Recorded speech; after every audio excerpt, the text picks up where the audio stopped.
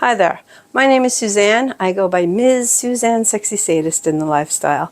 I have been a professional dominant and a lifestyle switch for about 30 years. I feel like being a switch gives me a lot of extra knowledge that some tops may not have access to because I've been able to experience things from both ends of the spectrum. So, I am here today to talk to you about flogging. Why flogging, you might ask? That's an excellent question. I feel like flogging is a wonderful beginner level activity, something that does not require a lot of time and effort and focus to actually start getting pretty good at. You can put in a little bit of time and in very short order be able to get enough skill that you could create a wide variety of scenes. Everything from a very soft, sensual flogging with a lovely, soft toy, like this one, which just feels so yummy on the body. You know, all over, little thumping, up to you can start creating more hypnotic, heavy, thuddy, medium to heavy thuddy, with something that has a little bit more oomph to it, and have maybe more of a deep tissue, floaty Vision Quest massage type session. And once you've gotten a bit of experience under your belt and you've learned to read people and you can really start pushing it, you can ramp up the intensity pretty well. Of course, with negotiation and consent and all of that. But flogging is an activity you will not ever really outgrow. You can get in, figure it out pretty early on, but keep adding to your levels as you go. And it is appropriate no matter where you go. So what is a flogger? Floggers for the most part are considered an object with a fairly sturdy handle and more lashes than you could count at a quick glance, as opposed to a cat, and not the four-legged kind because I love those too, but a cat, like a cat of 9 tails. They don't always have 9. It's usually somewhere between 8 and 20, maybe, on average. All right, and they tend to have a longer handle and longer tails, so you need a fair bit more room and skill to throw these accurately. So start with floggers, but these are different types of cats. This one's rubber. Scary. This one is one of my favorites. It's called the St. Christopher.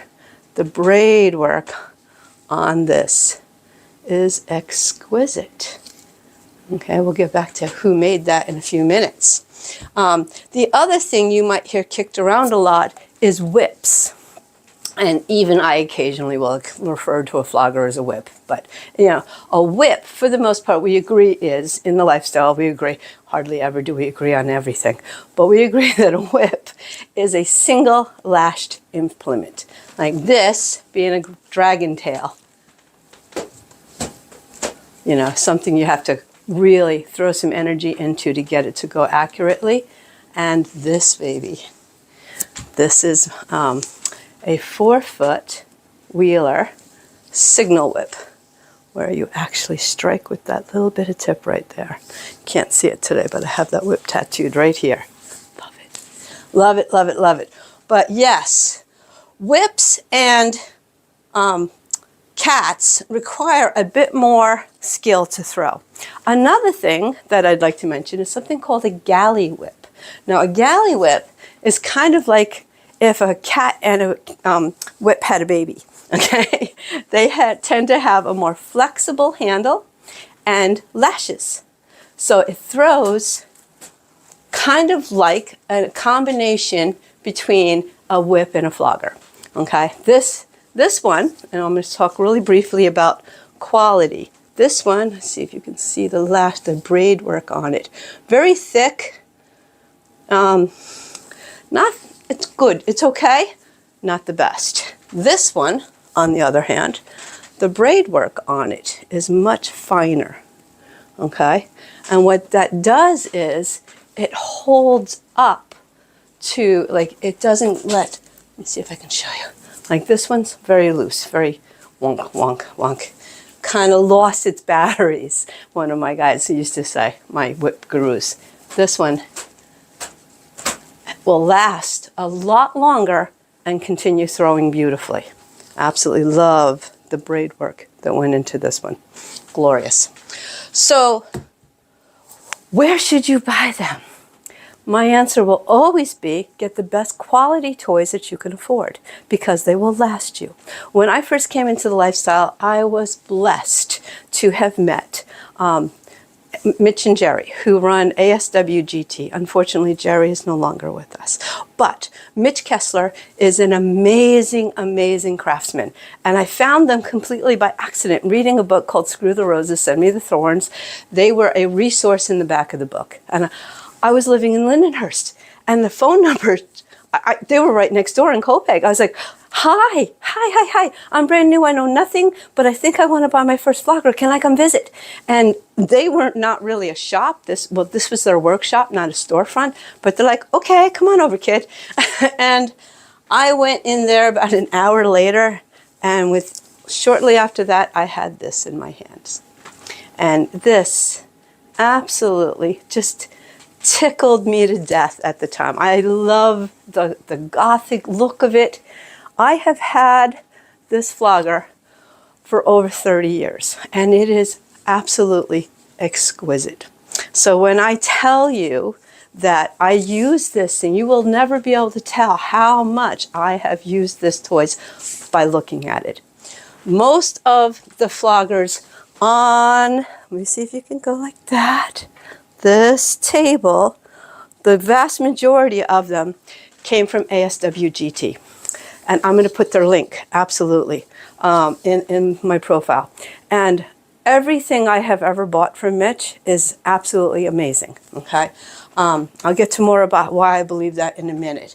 But yes, highly recommend them, okay? Good quality stuff. And it's not just because I'm biased. Truly, I believe everything I've ever bought from them is top-notch. And I use the hell out of it, out of everything that I've bought, not just floggers, but some whips, riding crops, canes, the cats, both these cats were from Mitch, and yes, this little braided one that I raved about the braid work. So while I'm on the subject, Mitch says if anybody goes to his shop or his website, aswgt.com, and tells him Suzanne sent you, you will get 10% off. Commercial over. The reason I suggest them is because normally I would not buy stuff online. I have bought other toys from places, like this glorious lambskin, okay? I just absolutely loved the lambskin, okay? It was like butter, but I ran my hand over it at a show and completely fell in love with it, okay? That one. This one is made by Jeanette Hartwood, Jeanette Hartwood is another one of the absolute greats in the business. She has unfortunately also no longer with us. But Mitch told me he learned balance from her. We'll talk about balance in a moment too. But buy good quality toys. Buy toys that will last you a lifetime and not fall apart, okay? I do own a few junk things. I wasn't going to quite go into, like this, for example, has a rolled, it's like a sex shop quality, toy. This one also, really, really junky little handle. The lashes are nothing to write home about. I keep junky floggers if I know, for example, that I am likely to get them messy while I'm doing it. This is even like a joke, kind of a flogger. But if I know I'm going to be coming in contact with a lot of fluids that I don't want all over my good stuff, I use the junk toys. But other than that, don't buy stuff on Amazon or from overseas. Floggers like that, you have no idea what quality you're getting. And, they're going to be mass-produced junk.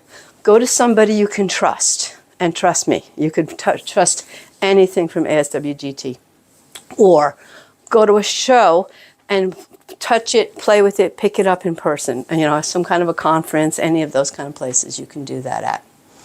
So, so what you should look for when you are buying a good toy is how well made is it, okay? Like, this is beautifully, beautifully braided, okay?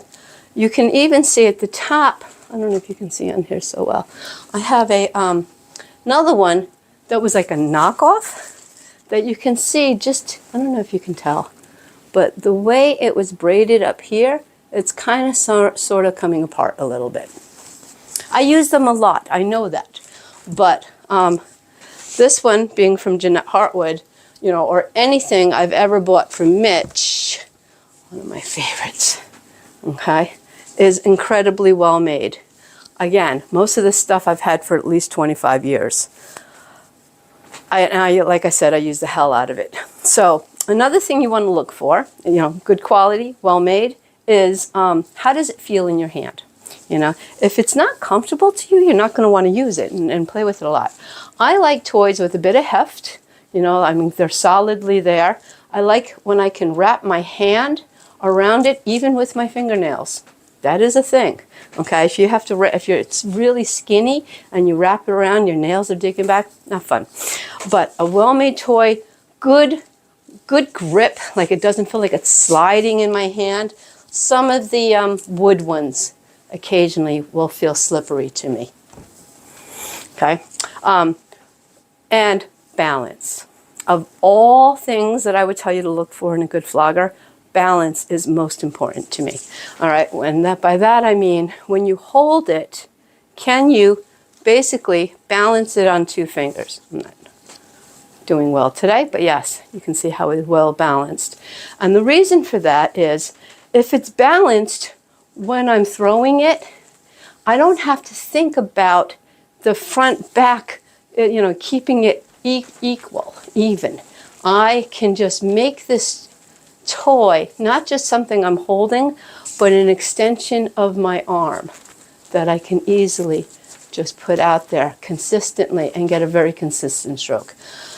As an example of something not balanced, I have this monstrosity here.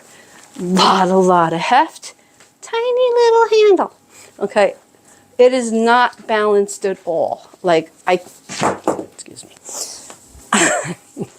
Point taken. It is so heavy, front heavy, that you have to really work at hanging on to it, or it feels like it's falling away from you all the time. Okay, and it's not just because it's big, because this flogger, for example, actually weighs more. This one I also bought from Mitch, actually weighs more than that one, but what he does is he back weights the handle so that you can still have it balanced.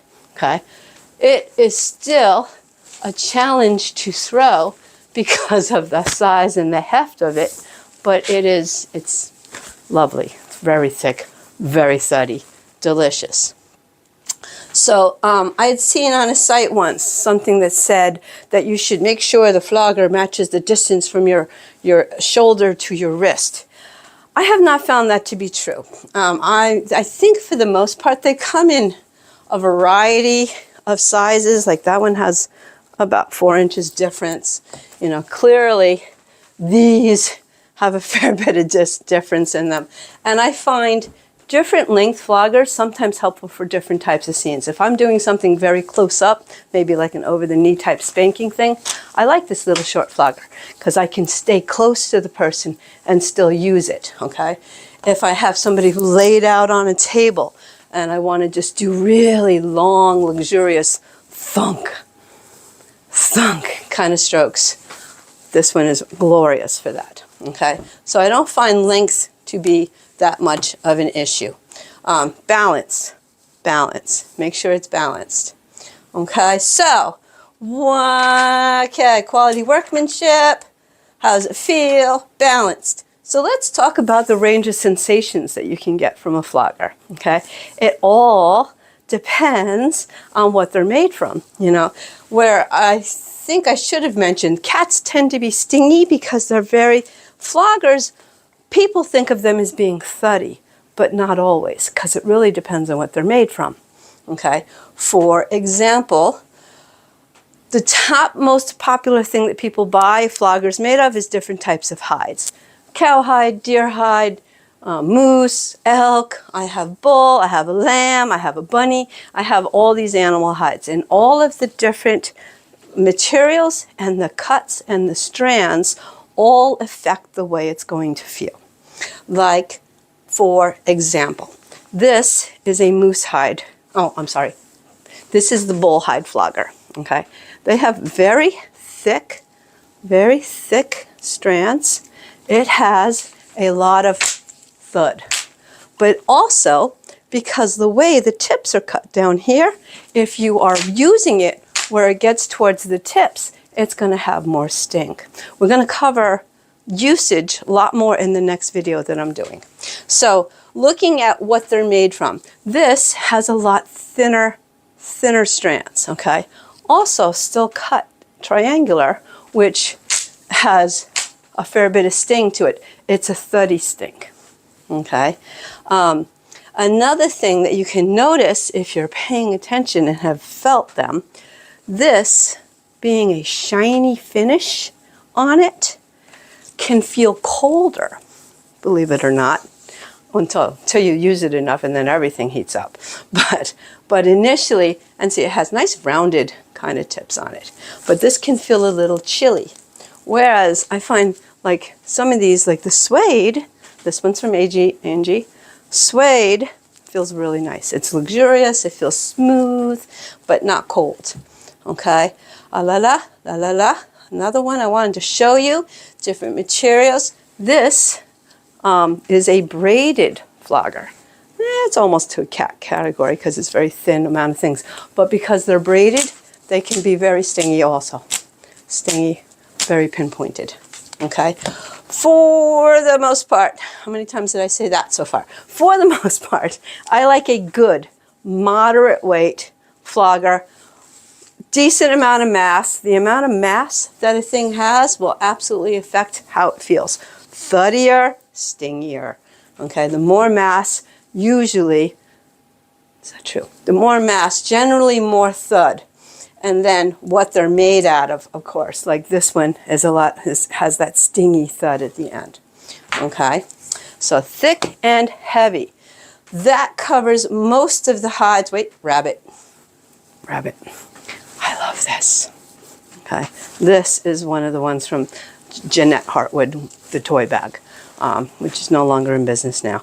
It is luxurious. So like a lot of times if I'm doing, getting the body all heated up and then you come across with the cool rabbit fur, it really helps to see. The skin is already like on fire and all the sensations, all the nerve endings are alive and awake, and you run this across and it just feels amazing, delicious. Okay, I will often enjoy warming up with a horsehair flogger for that same reason. It gets the body awake. It makes all the nerve endings come alive, brings the blood to the surface of the skin.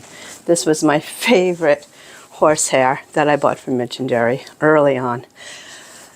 It's a springbok antler, and I don't normally want to kill animals, but I, again, have had this toy for 25 or 28 years, somewhere in there. And it is glorious the way my fingers just drop down into those little loops, into those little curves, and you can just whoosh, whoosh, whoosh. The horsehair is this lovely brushy sting, and it can go very light, but even if you stay light in the same area, it gets this slow burn kind of a heat that comes up behind it. Gorgeous. Really yummy. This is another example of a horsehair flogger that I got from Mitch and Jerry. Again, with their turned wood handle. Nice. Very, very nice. Very swish, swish, swish. Love it. Love it, love it, love it. So, that's most of the hides. And you want to pay attention to the material, the thickness of the strand, the texture of those strands, because as I had mentioned, different ones having different textures is going to affect the way they feel on the body. Okay? and the tips, the way the tips are. And of course, the way you actually use it. Like if you go very lightly versus very thumpy, that's going to affect the way you feel. Okay, the way it feels. And so other materials the floggers come in. Rubber. See my face. Rubber. It takes a special kind of masochist to enjoy rubber. That's not me. The rubber flogger is really, really intense. They always feel cold until they actually hit you, and then it feels a little like napalm. There's almost no nice way to use rubber.